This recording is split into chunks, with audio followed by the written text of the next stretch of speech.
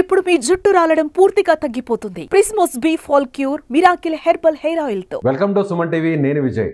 ఏపీలో సంచలనంగా మారిన ముంబై నటి, సినీ నటి అయినటువంటి కాదంబరి జిత్వానికి సంబంధించినటువంటి కేసు ఇప్పుడు తీగలాగితే డొంక కదిలినట్టుగా పోలీసుల అధికారులపై సస్పెన్షన్ వేటు పడింది. ముగ్గురు ఐపీఎస్లను ఒకేసారి సస్పెన్షన్ చేయడం ఏపీలో ఇది ఒక రికార్డుగా చెప్పాలి. దీనిపైన విశ్లేషణ చేయడానికి మనతో పాటు సుమన్ టీవీలో ఉన్నారు అనలిస్ట్ చందు శ్రీనివాస్ గారు. నమస్తే శ్రీనివాస్ గారు. నమస్కారం విజయ్. సో ఏపీ హిస్టరీలోనే ఇలాంటి పరిస్థితి ఎప్పుడు రాలేదనుకోవచ్చా? ఫస్ట్ టైం ఆంధ్రప్రదేశ్ చరిత్రలోనే, అంటే రాష్ట్రం విడిపోయి తెలంగాణ అయినా తెలుగు రాష్ట్రాల్లో ఫస్ట్ టైం అన్నమాట. ఇక ఏపీ చరిత్రలో ముగ్గురు సీనియర్ ఐపీఎస్ ఆఫీసర్స్, అంటే వాళ్ళకు ఒక సెక్షన్స్, వాళ్ళకు రూల్స్ ఇవన్నీ ఉంటాయి. దాన్ని అతిక్రమించకూడదు. అతిక్రమిస్తే ఎవరైనా ఒకటే. ఇప్పుడు పిఎస్ఆర్ ఆంజనేయులు గారు నిఘా అధిపతిగా ఉన్నాడు. ఆయన శాతంలో ప్రభుత్వం అంతా ఆయనే మొత్తం అంతా వ్యవహార శాంతి భద్రత ఆయనకి సంబంధం లేదు. ఓన్లీ ఇంటెలిజెన్స్ కానీ ఇప్పుడు శాంతి భద్రత విషయాల్లో జోక్యం చేసుకొని ఆయన కూడా 1969 సెక్షన్ ఐపీఎస్కి అధికారాల లిమిట్స్ దాటితే వాళ్ళ మీద చర్యలు తీసుకోవచ్చు. సెక్షన్ 3(1) ప్రకారం వాళ్ళకి ఈ రోజున డీజీపీ, అదే చీఫ్ సెక్రటరీ నీరబ్ కుమార్ ప్రసాద్ గారు ముగ్గురిని కూడా సస్పెండ్ చేయడం అనేది first time in history, AP history. లేకపోతే ఈయన పిఎస్ఆర్ ఆంజనేయులు సీనియర్ 1994-92 బ్యాచ్ ఐపీఎస్గా. అదేవిధంగా నెక్స్ట్ 2004 బ్యాచ్ క్రాంతి రాణా తాత, అప్పుడు విజయవాడ కమిషనర్. ఇప్పుడు ఈయన విశాల గున్ని అయితే 2014 వీళ్ళు డీసీపీ. వీళ్ళ ముగ్గురు కూడా సీనియర్ ఐపీఎస్ ఆఫీసర్స్ ఉండి ఒక విషయంలో, అంటే ముఖ్యమంత్రి గారి మన్ననలు పొందడం కావచ్చు, లేకపోతే నిఘా అధిపతి గారి ఆదేశాల ప్రకారం జనవరి 31 సీఎం క్యాంప్ ఆఫీసులో తాడేపల్లిలో సమావేశం జరిగిన మాట వాస్తవం. వాళ్ళ ఫుటేజీలు ప్రదర్శించాడు. డీజీపీకి వచ్చిన నివేదిక ప్రకారం 16 పేజీల నివేదిక సమర్పించేశారు. దీంట్లో వీళ్ళ ముగ్గురిది తప్పు ఉంది. ఎవరి కోసం ఇప్పుడు ఆయనకున్నది కాపాడటానికి ఆయన స్నేహితుడిని, ఆయన స్టీల్ వ్యాపారి సజ్జన్ జిందాల్ కాపాడటం కోసం వీళ్ళ ముగ్గురిని, ఆమె అంతకుముందు అత్యాచారం కేసు పెట్టింది కాబట్టి కాదంబరి జత్వాని, ఆమెను ఎట్లా అయినా కానీ ఆ కేసు నుంచి తప్పించే విత్డ్రా చేసుకునే భాగంలో ఇబ్రహీంపట్నంలో ఆమెకి ఏం పనండి? ఇప్పుడు విద్యాసాగర్ అనే వైసీపీ నాయకుడు ఇబ్రహీంపట్నంలో కేసు నమోదు చేశాడు. ఇప్పుడు వీళ్ళు ఎక్కడ సిపి కార్యాలయం నుంచి వీళ్ళకి 4గురికి ఎవరికైతే టాస్క్ ఫోర్స్ ఉన్నారో, డీసీపీ కావచ్చు, మిగతా ఎస్ఐసిఏలు ఇబ్రహీంపట్నం వాళ్ళు ముంబై వెళ్ళారు. టికెట్స్ కేసు ఫైల్ అయిన ఎఫ్ఐఆర్ అయినటువంటి కేవలం 1 గంట వ్యవధిలోనే ముంబైకి ఫ్లైట్ టికెట్స్ బుక్ చేయడంలో దొరికిపోయారంట. 2వ తారీఖు నమోదు చేశారు. ఫిబ్రవరి 1 వీళ్ళు వెళ్ళారు. కొన్ని గంటల వ్యవధిలో అంటే ఇదంతా ప్రీ ప్లాన్డ్ గా జరిగింది అనేది అక్కడ 100% ప్రీ ప్లాన్డ్. అంటే ఏమిటంటే ఒక మహిళ మీద ఆరోపణ చేసినప్పుడు దానికి విచారించాలి. ఎట్లా పడితే అట్లా చర్య తీసుకోకూడదు. ఎక్కడో ముంబైలో ఉన్న సీనియర్ నటిని ఇక్కడ విద్యాసాగర్ అని చెప్పేసి, కుక్కల విద్యాసాగర్ ఫిబ్రవరి 2న నమోదు చేయటువంటి, ఫిబ్రవరి 1న 4 ఆఫీసర్స్ని విజయవాడ సిపి కార్యాలయంలో వీళ్ళకి టికెట్లు పెడతావేంటి? ఇవన్నీ ప్రీ ప్లాన్కి దొరికింది. ఎవరు తప్పించలేదు. ఇక్కడ పిఎస్ఆర్ సీతారామాజులు మీరు అన్నట్టు చాలా కీలకమైన ఇది. ఆయన చూడండి, శ్రీకాకుళంలో అచ్చెన్నాయుడు అరెస్ట్ కానించి జేసీ ప్రభాకర్ రెడ్డి గారు అనుకుంటా, అక్కడ జేసీ ప్రభాకర్ రెడ్డి అనంతపురం వరకు, తర్వాత హైదరాబాద్లో రఘురామకృష్ణ గారు కానించి నంద్యాలలో చంద్రబాబు నాయుడు అరెస్టు, ఇవన్నిట్లో ఎవరు మెప్పు కోసం? సీఎం గారి మెప్పు, గతంలో పరిపాలించిన సీఎం జగన్మోహన్ రెడ్డి గారి మెప్పు కోసం ఆయన చేశాడు. ఇది రూల్స్ విరుద్ధం కదా. Rule is rule for all. కానీ కొంతమంది శ్రీనివాస్ గారు ఏమంటున్నారంటే, టీడీపీ టార్గెట్ చేస్తుంది, చంద్రబాబు అరెస్టులో కీలక పాత్ర పోషించారు కాబట్టి, సో వీళ్ళందరి మీద కూడా వాంటెడ్గా ఇలా చేస్తుంది సస్పెన్షన్ అని అంటున్నారు. Sir, Tadepalli palace CM camp కార్యాలయానికి నిఘా అధిపతిగా సీతారామాంజలి గారు ఉన్నారు.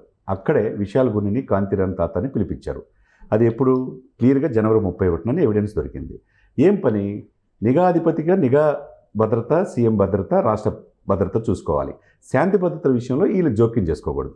శాంతి భద్రతల విషయంలో ఏంటి, లా అండ్ ఆర్డర్ పరిస్థితుల్లో, ఏదైనా సివిల్ కేసు విషయంలో ఈయనకి ఏం పని? ఆమెను ఎక్కడో ముంబై నుంచి తీసుకురమ్మని చెప్పడానికి ఈయనకేం అధికారాలు ఉన్నాయి?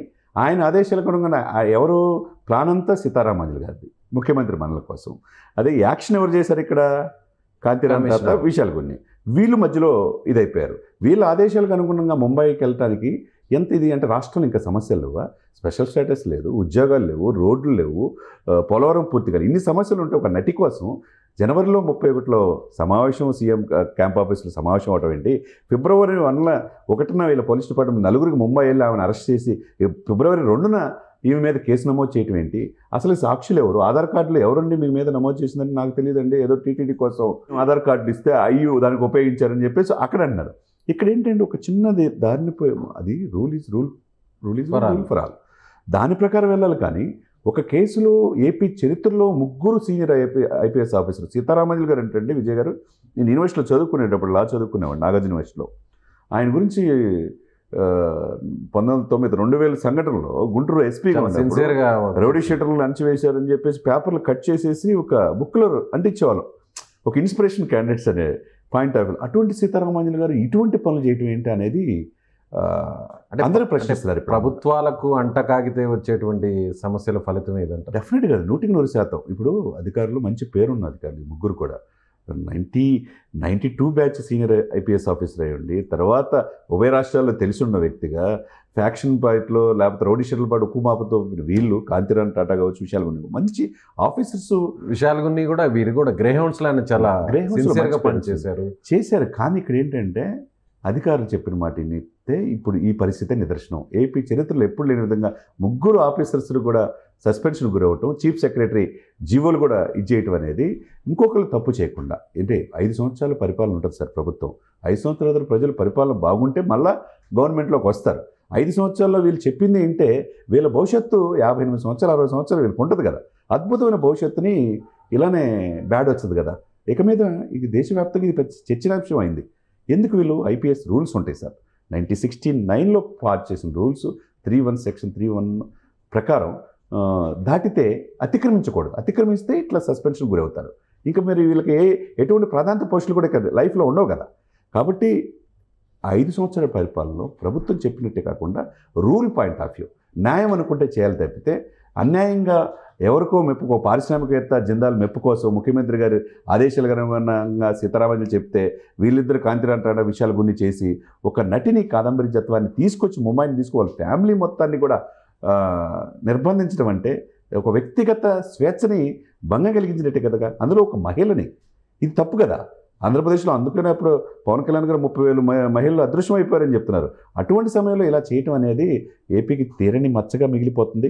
గత ప్రభుత్వంలో ఎవరు చేసినా దీని వెనక ఇంకెంతమంది ఉన్నా చిన్న మీరు అన్నట్టు మిగతా డిఎస్పీని, ఎస్ఐని, మిగతా సస్పెండ్ చేశారు. ఇప్పుడు 3 సస్పెండ్ చేశారు. ఇక మీద ఈ తప్పు జరగకుండాలంటే రూల్ ప్రకారం ఏదన్నా మీకు ఎవిడెన్స్ ఉంటే చేయాలి, కానీ వేరే రాష్ట్రాల నుంచి తీసుకొచ్చి ఇక్కడ అరెస్ట్ చేసి ఇక్కడ వ్యవస్థకి మచ్చ తేకూడదు.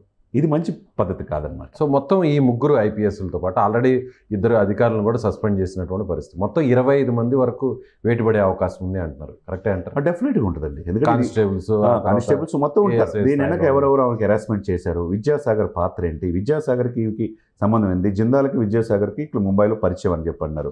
ఆ పరిచయంతో ఈయన వచ్చి ఇక్కడ ల్యాండ్ విషయంలో ఇది చేశారు అని చెప్పేసి కేసు ఇబ్రహీంపట్ల పెట్టాడు. త్వరితగతిన మీరు అన్నట్టు 24 అవర్స్లో ఫిబ్రవరి 1 ముంబై వెళ్ళటం ఏంటి, వాళ్ళ ఫ్యామిలీ అంతా అరెస్ట్ చేయడం ఏంటి, వాళ్ళ బ్రదర్ దుబాయ్లో ఉంటే అతను ఏదో 15 రోజులకు వచ్చే వ్యక్తిని ఆ అబ్బాయి అతను కూడా ఇన్వాల్వ్ చేశారని చెప్పేసి ఆమె మానసిక క్షోభకు అనుభవించింది. ఈ పాయింట్ ఆఫ్ వ్యూలో అక్కడికి వచ్చి కంప్లైంట్ ఇచ్చారు, వాళ్ళ లాయర్ కూడా ఈ ఫిర్యాదు చేశారు. దానికి అనుగుణంగా వాళ్ళు కూడా విచారించి 16 పేజీల రిపోర్టు డీజీపీ గారు ద్వారకా తిరుమలరావు గారు చీఫ్ సెక్రటరీకి సమర్పించారు. సమర్పిస్తే వాళ్ళు వాస్తవంగా చూసేసుకొని దాని నివేదిక ఆధారంగా ఇప్పుడు 3 సస్పెండ్ చేయడం జరిగింది. మీరు అన్నట్టు రేపు మాపు మిగతా ఎవరున్నా దీంట్లో పాత్రదారులు దీంట్లో ఎవరున్నా వాళ్ళందరూ సస్పెన్షన్ కావాల్సింది. అంటే కాదంబరి జిత్వాని నటి విషయానికి సంబంధించి వేధింపుల విషయాన్ని పక్కన పెడితే ఎందుకో ఇక్కడ రెడ్ బుక్ పేజ్లో రాసుకున్నటువంటి అధికారుల పేర్లు ఉన్నాయి కాబట్టి సో అందుకే ఇంత ఫాస్ట్గా సస్పెన్షన్ వేటు పడింది అని అనుకోవచ్చా? అంటే దానికి తగ్గట్టుగా వైసీపీ నేతలు కావచ్చు, ఇతర రాజకీయ పక్షాలన్నీ కూడా అలాంటి విమర్శలు చేస్తున్నాయి. ఇప్పుడు రెడ్ బుక్ అనేది పక్కన పెట్టాం, మాకు కూడా రెడ్ బుక్ ఉంటుందని జగన్మోహన్ రెడ్డి గారు అంటున్నారు. రెడ్ బుక్లో రాశారా లేదా అనేది మీరు తప్పు చెప్పితే ఎందుకు రాస్తారు? అచ్చెన్నాయుడిని అంత ఇదిగా శ్రీకాకుళం నుంచి బై రోడ్డు తీసుకొచ్చి 12 గంటల పాటు తీసుకొచ్చి విపరీతంగా టార్చర్ చేసిన మాట వాస్తవం కాదా?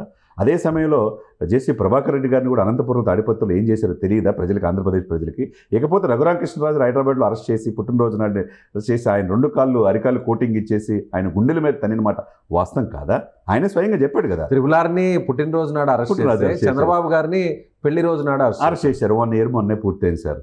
ఆయన్ని ఒక ముఖ్యమంత్రిగా చేసి 14.5 సంవత్సరాలు చేసిన వ్యక్తి, దేశ రాజకీయాల్లో శాసించిన వ్యక్తిని ఆయన అరెస్ట్ చేసిన దాంట్లో ఈ సీతారామంజలి గారి పాత్ర లేదా?